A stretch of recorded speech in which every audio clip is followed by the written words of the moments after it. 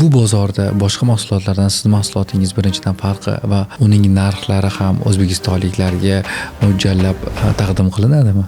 Kesk-kesk chigimdu O'zbekistondagi odamlarning masalan kosmetika, parfumeriya borasidagi muammolarni o'rganib chiqyapmiz va biz ishlab chiqarayotganimizda Koreyadagi koreyslar yaxshi ko'rgan mahsulotni shunchaki O'zbekistonga olib kirish emas maqsadimiz. Bizning maqsadimiz O'zbekistonga mos, o'zbek odamlarga mos bo'lgan eng tabiiy mahsulotlarni tayyorlab ishlab chiqarish. O'zbekistondagi odamlarga nima kerak bo'lsa, shularni tayyorlab ishlab chiqaramiz. Eng talab kuchli bo'lgan mahsulotlarni ishlab chiqarishga harakat qilyapmiz va bu borasida o'rganishlar olib boryapmiz. Buni narxi haqida gapiradigan bo'lsam, men hozirda O'zbekistondagi eng mashhur bozorlarda o'rganib, bozorlarga borib, bizning mahsulotimizga o'xshagan mahsulotlarni har bittasini narxlarini surishtirib, o'rganib chiqyapmiz va shu narsani aniqladikki, biz O'zbekistonliklarga katta miqdordagi mahsulot emas, u narsani kichikroq bo'lsa ham arzonroqqa sotishga harakat qilmoqchimiz. Shuning uchun ham biz o'z aslida bu narsani 1500 ml bo'lgan mahsulotimizni 750